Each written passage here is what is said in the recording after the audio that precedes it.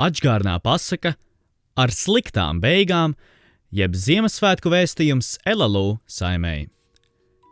Reiz sensenos laikos bija karaļvalsts. Liela, spēcīga un nesatricināma. Tie, kuriem bija laimējies apmesties tajā uz dzīvi, bija izredzētie. Iespējams, viņi paši to neapzinājās, bet tā nav liela bēda. Laiks visu nolika savās vietās. Karaļvalstī valdīja karaliene, kura šos pienākumus negaidīti mantoja no sava attālā radinieka. Līdz ar to viņas gādībā nonāca 8 pavalstis, kuras vadīja karalienes krustbērni. Palīdzīgu roku un spēcīgu plecu karaļvalsts valdīšanā sniedza arī karalienes brāļi. Kā jau tas pienākas, visa kuplā ģimene rūpējās par karaļvalsts labklājību. Karalienei bija darba pilnas rokas, jo nemitīgas rūpes prasīja karaļvalsts galvenais cietoksnis.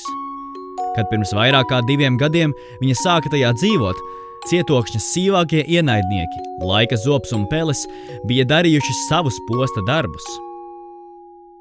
Visās karaļvalsts malās tika meklēta pretinde, lai pils varētu atzimt tās sākotnējās posmē. Lielie pūliņi vainagojās panākumiem tālajā 2016. gadā, kad lādi ar 6 miljoniem eiro izraka uzticīgie karaļvalsts kalpotāji.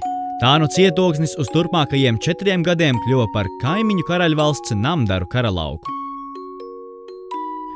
Savukārt karalienes brāļiem un krustbērniem vēl nebija izdevies atrast savus bagātību krājumus, un viņi nemitīgi turpināja meklēt un rakt. Viņiem grūti veicās ar citu bagātību lāžu atrašanu, taču neskatoties uz to, karaļvalsts pletās plašumā.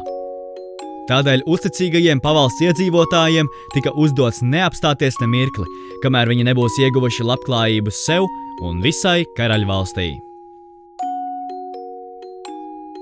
Pārņemti ar saviem ikdienas darbiem, visi bija aizmirsuši senu pravietojumu, kas vēstīja, ka tikai strādājot visiem kopā iespējams panākt karaļvalsts attīstību.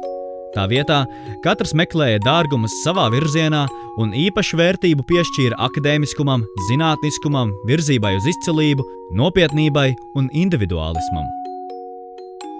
Taču tā jau nebūtu pasaka, ja kaut kas tajā nenoietu šķērsām. Arī šajā pasakā pienāca patiesi grūti laiki.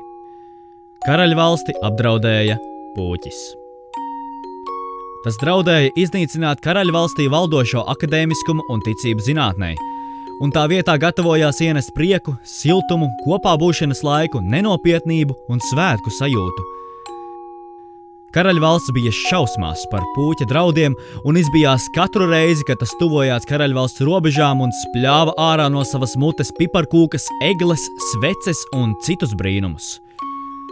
Karalienes ģimene izmisīgi izmantoja visādus ieročus, lai pretotos puķa iebrukumam, organizēja zinātniskos seminārus un konferences, katru nedēļu sasauca vadības sēdes un rakstīja atskaites par padarīto, pat izdeva rīkojumu pavalsniekiem apmeklēt lekcijas līdz pat 23. decembra vakaram, studēt dienām un naktīm. Taču viss velti.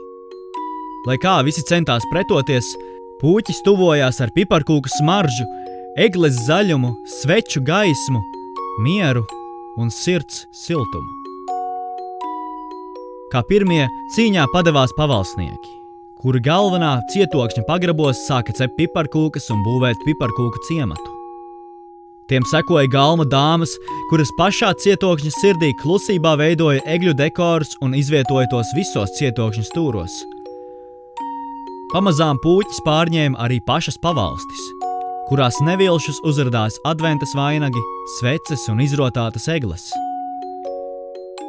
Taču pilnīgu uzvaru pār karaļvalsti puķis svinēja jau 17. decembra vakarā, kad atvēra karaļvalsts galvenā cietokšņa durvis priekam, izklaidei un nenopietnībai. Tajā liktenīgajā dienā sakāvi atzina pat karaliene un ļāvās puķa spēkam, kā arī aicināja tā darīt visu karaļvalsti. Un tā, karaļvalstī ilgi un laimīgi sāka valdīt puķis. Cik ilgi tam būs lemts valdīt karaļvalstī un ikvienā tās iedzīvotāja sirdī? Tas atkarīgs no katra paša, jeb no tā, cik ilgi viņa ļaus savās sirdīs un darbos valdīt puķa nestajiem priekam, kopā būšanas laikam, piedošanas spēkam un ģimeniskam siltumam.